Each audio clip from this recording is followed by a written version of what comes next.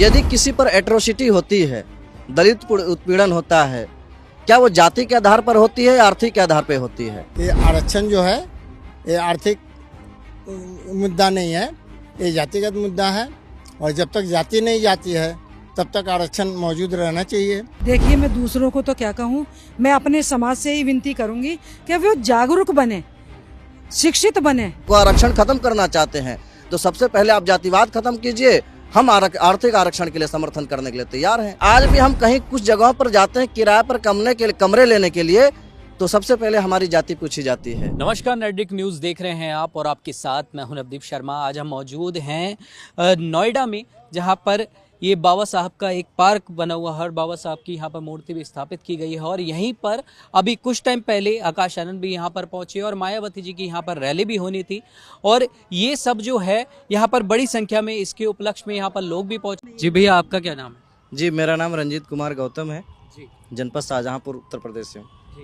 क्या कहेंगे आज जो बाबा साहब का यहाँ पर जो हर्षोल्लास के साथ पुनर्निर्माण जो इनका दिवस मनाया जा रहा है उसको लेकर, और जो समाज में एक दो फाड़ वाली स्थितियाँ भी बन गई हैं उसको लेकर आप क्या कहेंगे, जहाँ पर समाज को पृथक करने की भी कोशिश की जा रही है? सबसे पहले जो आपका चैनल है तो उसको मैं बधाई और शुभकामनाएं प्रकट करता हूं कि परम पूज्य बाबा साहब अम्बेडकर जी के महापरिनिर्वाण दिवस पर इस कार्यक्रम को कवर करने के लिए आए हैं।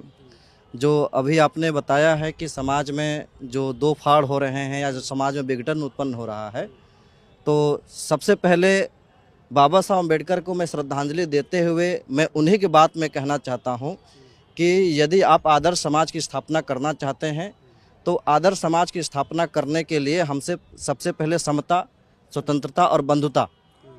तो समता मतलब आपस में हमें भाईचारा होना चाहिए और सभी को स्वतंत्रता होना चाहिए जीने की, और आपस में अगर बराबरी हो तो भाईचारा भी स्थापित करना बहुत ज़रूरी है।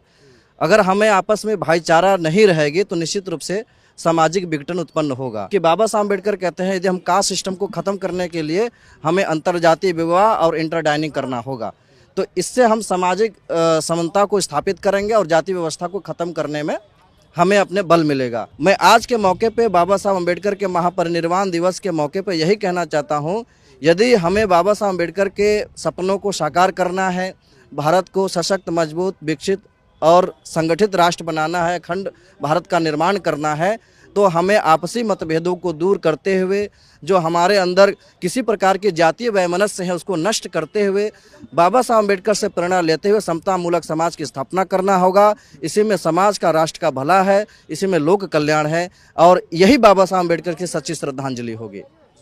भैया, एक बहुत बड़ा मुद्दा हमारे समाज में चलता है जहाँ पर अब लोगों की एक डिमांड उठ रही है कि आरक्षण, कह रहे हैं कि जात के नाम पर ना होकर स्थिति के आधार पर दे दिया जाए। इसको आप कैसे देखते हैं? यदि किसी पर एट्रोसिटी होती है, दलित उत्पीड़न होता है, क्या वो जाति के आधार पर होती है या आर्थिक के आधार पर होती है? दलितों के पर जो अत्याचार होता है, महिलाओं पर अत्याचार होता है, जातीय लिंग भेद के आधार पर होता है या आर्थिक आधार पर होता है? यदि समाज का जो उपेक्षित वर्ग है, यदि उनका उत्पीड़न आर्थिक आधार पर हो तो इस पर ये मतलब माना जा सकता है कि आर्थिक आधार पर आरक्षण होना चाहिए। लेकिन हजारों साल से इनका उत्पीड़न, जबकि हमारा भारत एक गणतंत्र भारत है, लोकतांत्रिक भारत है, आज के परिस्थिति में भी आप अभी बरेली का जिक्र घटना कर रहे थे, क्या वो आर्थिक आधार पर उत्पीड़न हुआ था या जाति के आधार पर उत्पीड़न हुआ था? दूसरी बात, आरक्षण जो गरीबी उन्मूलन के लिए उठाया गया कदम नहीं था। आरक्षण जातीय असमानता को नष्ट करते हुए एक समतामूलक समाज की स्थापना करने के लिए, जो उपेक्षित वर्ग है, जो दबा कुचला है, उसको समाज के जो मुख्य धारा में या बराबरी के स्थान पर लाने के लिए उठाया गया महत्वपूर्ण कदम है। और हम तो कहते हैं कि आप आर्थिक आरक्षण पर देना चाहते हैं, जाति को आरक्षण खत्म करना चाहते हैं, तो सबसे पहले आप जातिवाद खत्म कीजिए। हम आर्थिक आरक्षण के लिए समर्थन करने के लिए तैयार हैं। तो कहने का तात्पर्य ये है कि जो समय की मांग है, आज भी हम चाहे कितना भी पढ़े लिखे लोग हैं और चाहे कितने भी उच्च पद पर चले जाएं, लेकिन आज भी हम कहीं कुछ जगहों पर जाते हैं किराए पर कमरे लेने के लिए, तो सबसे पहले हमारी जाति पूछी जाती है कि उस जाति के आधार पर कमरे दिए जाते हैं अथवा मना कर दिया जाता है। यहाँ तक कि शैक्षणिक संस्थानों में भी वहाँ पर कुछ छात्रों के साथ ऐसी घटनाएं आई हैं जाति सूचक शब्दों का प्रयोग करते हुए। यहाँ तक कि आरक्षण के नाम पर सबसे ज़्यादा बदनाम यही है, और आरक्षण के नाम पे बदनाम सबसे ज़्यादा यही है। सबसे महत्वपूर्ण बात यह है कि आरक्षण आज भी सही रूप से, ईमानदारी रूप से जमीनी स्तर पर लागू नहीं किया गया है। अगर ईमानदारी रूप से, सही रूप से आरक्षण लागू किया जाता तो आज की स्थिति दयनीय नहीं होती। परिवार में जो सबसे ज़्यादा कुपोषित बच्चा है, कुपोषित व्यक्ति है, उसको सबसे ज़्यादा न्यूट्रिशन की ज़रूरत है। वही हाल समाज की है। हमारे भारत में सभी लोग, हम लोग भाई हैं, हम लोग परिवार की तरह हैं, लेकिन उसमें से एक परिवार के बहुत बड़ा तबका हजारों साल से उपेक्षित है और आज भी उपेक्षित है। तो सबसे ज़्यादा न्यूट्रिशन और आरक्षण उसी वर्ग को तो ज़रूरत है, यदि हम उसके बराबर में लाना चाहते हैं जो मजबूत समाज है, या मुख्य धारा में या समता मूलक समाज की स्थापना करना चाहते हैं।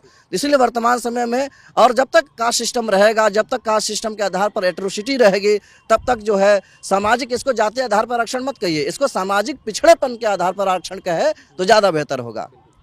जी सर, आपका क्या नाम है? तो जैसा कि आपने सुना, लोगों ने अपने विचार इस पर रखे कि जो आरक्षण है उसको आर्थिक आधार पर तभी रखा जा सकता है जब ऊंच नीच और जात पात की जो लोगों के बीच में भावनाएं हैं उनको एक सिरे से नकार दिया जाए या उन्हें सिरे से जो है खारिज कर दिया जाए। आपकी क्या है इस पर राय, हमें कमेंट कर जरूर बताएं। नेटडिक न्यूज़ के लिए नवदीप शर्मा की रिपोर्ट, नोएडा। आप देख रहे हैं नेटडिक न्यूज़, साहस सच कहने का।